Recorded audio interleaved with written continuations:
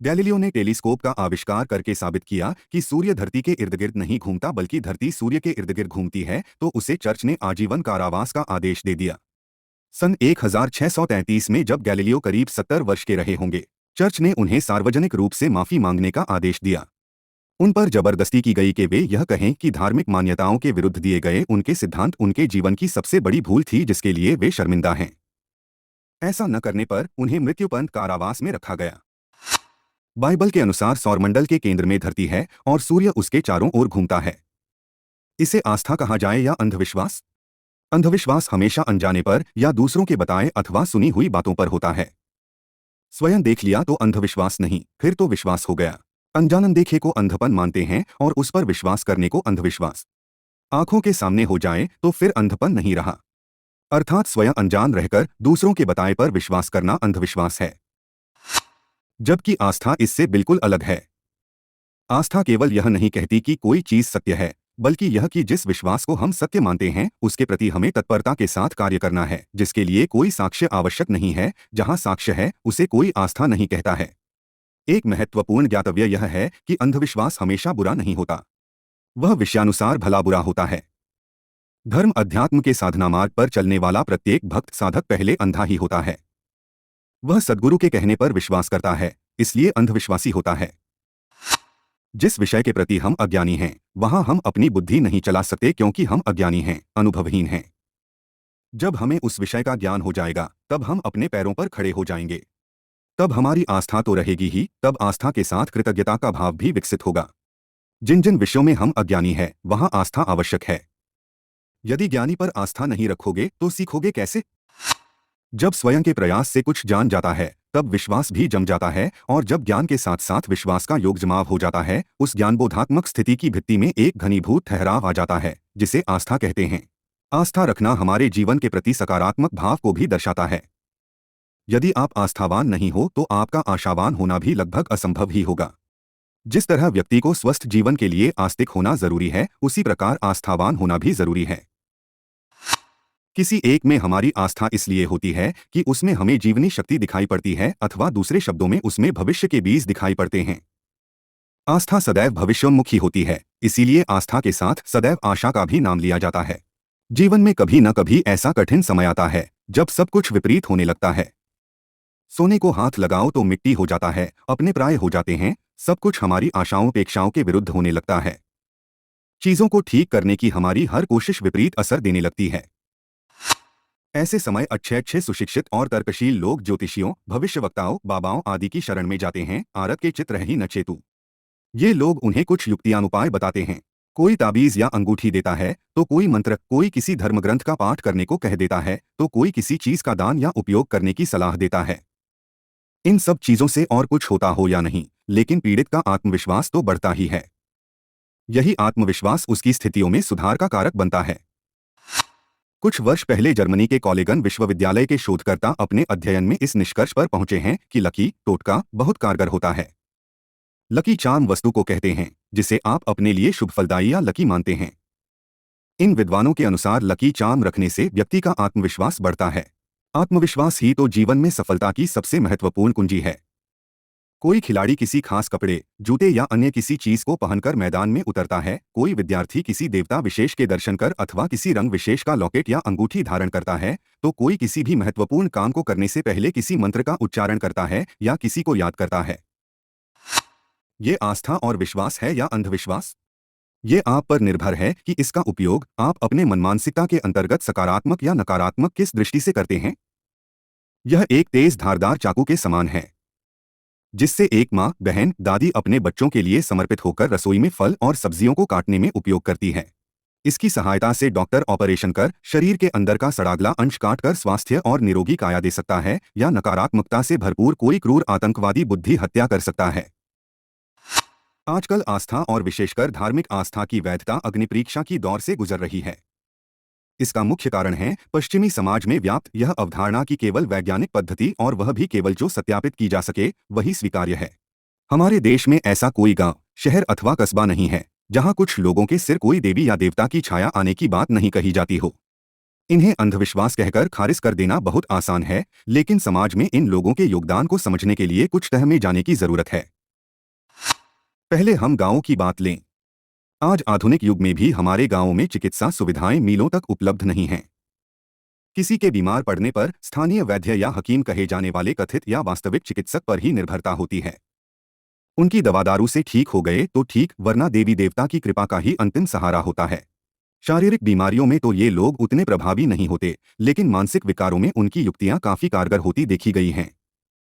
कोई कथित देवी देवता ताबीज दे देता है, तो कोई भभूत, कोई शरीर के किसी अंग में धागा बांध देता है, तो कोई किसी मंत्र का जाप या ग्रंथ का पाठ करने को कह देता है। इन युक्तियों का काफी प्रभाव होता देखा गया है। यह बात भी खूब प्रचारित की जाती है कि तांत्रिक, ओझा, ज्योतिष, भविष्यवक्ता, बाबा आदि लोगों से पैसा ऐंठते हैं। यह बात अधिकतर लोगों के विषय में सही भी है। लेकिन क्या आधुनिक चिकित्सक, मनोवैज्ञानिक और मनोचिकित्सक इससे पूरी तरह अछूते हैं? यह भी सच है कि ये देवी देवता चिकित्सा विज्ञान का विकल्प नहीं हो सकते, लेकिन वह चिकित्सा विज्ञान पहले गांव तक पहुंचे तो सही। भारतीय परंपरा को अंधविश्वासी कहना गलत है। हिंदुत्व और देव पूजा उनकी जीवन शैली का महत्वपूर्ण हिस्सा है। आस्था का विकास विश्वास के आधार पर होता है और देवताओं की पूजा एक मानवीय स्वभाव है। भारतीय देवताओं की अनुभूति एक है, लेकिन उनके भिन्न भिन्न रूप और आकार हैं। ड्राइवर गाड़ी चलाने के पहले स्टीयरिंग को नमस्कार करते हैं, देवता की तरह। गाय को नमस्कार करते हैं, मंदिर को नमस्कार करते हैं, धरती को नमस्कार करते हैं और नदी पर्वतों को भी। देवोपासना आत्मविश्वास बढ़ाती है। अथर्ववेद के अनुसार प्रारंभ में कुल 10 देवता थे। इसके अनुसार प्राण, अपान, आंख, सूंघने की शक्ति, ज्ञान, उदान, वाणी, मन और क्षय होने वाली शक्तियां देवता है। अथर्ववेद के देवता मनुष्य के शरीर की प्रभावकारी शक्तियां हैं। इस प्रकार मनुष्य का शरीर भी देवताओं का निवास है। अथर्ववेद में ज्ञानी, अच्छे कारीगर व हमारे आपके सबके मन के शुद्ध भाव भी देवता कहे गए हैं। कुछ लोग देवों की उपासना करते हैं, कुछ लोग नहीं करते। कुछ उन्हें मनुष्य की तरह मिठाई और पान भी खिलाते हैं। देवताओं की पूजा का तरीका व्यक्ति के विचारों और प्राथमिकताओं पर निर्भर करता है। आस्था और विश्वास ने हजारों वर्षों की तपस्या से पीढ़ी दर पीढ़ी की विरासत रूप में ज्ञान, विज्ञान और चेतना को मूर्त आकार देकर, संग्रहित, पालपोस कर आश्चर्यजनक शिल्प और वास्तु गढ़ा है।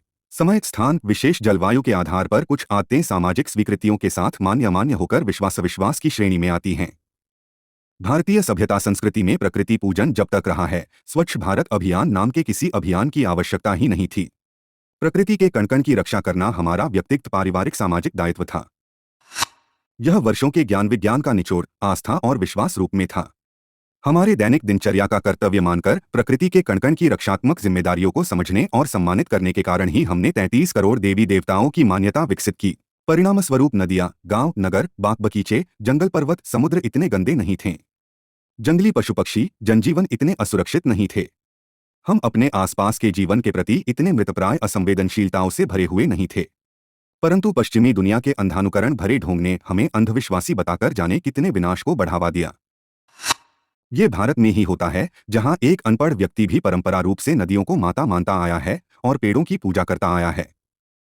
हिंदुफोबिया से ग्रसित लोग जिसे अंधविश्वास और पिछड़ापन कहते रहे, आज आधुनिक वैज्ञानिक उसे विज्ञान मानने के लिए विवश हैं।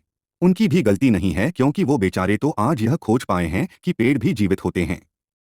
वे आज जान पाए हैं कि पेड़ 40 किलो हर्ट्ज से 80 किलो हर्ट्ज की फ्रीक्वेंसी की आवाजें भी निकालते हैं। लेकिन चूंकि मनुष्य केवल 20 हर्ट्ज से 20 किलो हर्ट्ज तक की फ्रीक्वेंसी की आवाजें ही सुन सकता है, इसलिए हमें वो आवाजें सुनाई नहीं देती। भले ही आधुनिक वैज्ञानिक आज जान पाए हों कि हर पौधा खुश भी होता है, दुखी भी होता है, उसे डर भी लगता है, उसे पीड़ा भी होती है, लेकिन भारत के लोग तो सनातन काल से पेड़ों को चेतन मानते आए हैं। इसीलिए संध्या के बाद उन्हें जल तक नहीं देते कि वो विश्राम कर रहे हैं। और अगर औषधीय उपयोग के लिए भी यदि उनके किसी अंग को लेते हैं, जैसे पत्ते, फूल, छाल अथवा बीज या फिर जड़, तो पहले उस वृक्ष से अनुमति मांगते हैं, क्षमा मांगते हैं। यहाँ लोग पत्थर को भी पूजते हैं और कंकड़ में भी शंकर को ढूंढते हैं। भारत के लोग ऐसे ही जीवन जीते हैं। यहाँ यह समझने जैसी बात है कि सदियों पहले हमारे बुजुर्गों ने ग्रहण के दौरान कुछ सावधानियां बरतने के नियम क्यों बनाए। क्या खगोल विज्ञानी यह चेतावनी नहीं देते कि नंगी आंखों से ग्रहण मत देखो? उन्होंने इसके लिए विशेष चश्मे बनवाए हैं या फिर एक्सरे फिल्में उपलब्ध कराई हैं? क्या प्राचीन समय में ये चीजें उपलब्ध थीं? अगर नहीं, तो फिर ग्रहण के दुष्प्रभाव से बचने का कोई उपाय तो बताना ही था। अतः कह दिया कि घर से मत निकलो, कुछ बनाओ खाओ नहीं, भगवान का भजन ध्यान करो। इसमें क्या गलत था और क्या गलत है? अगर किसी की आस्था शास्त्र के वाक्यों में है और वह ग्रहण के दौरान शास्त्रोक्त बातों का पालन करता है तो वह अंधविश्वासी कैसे हो गया?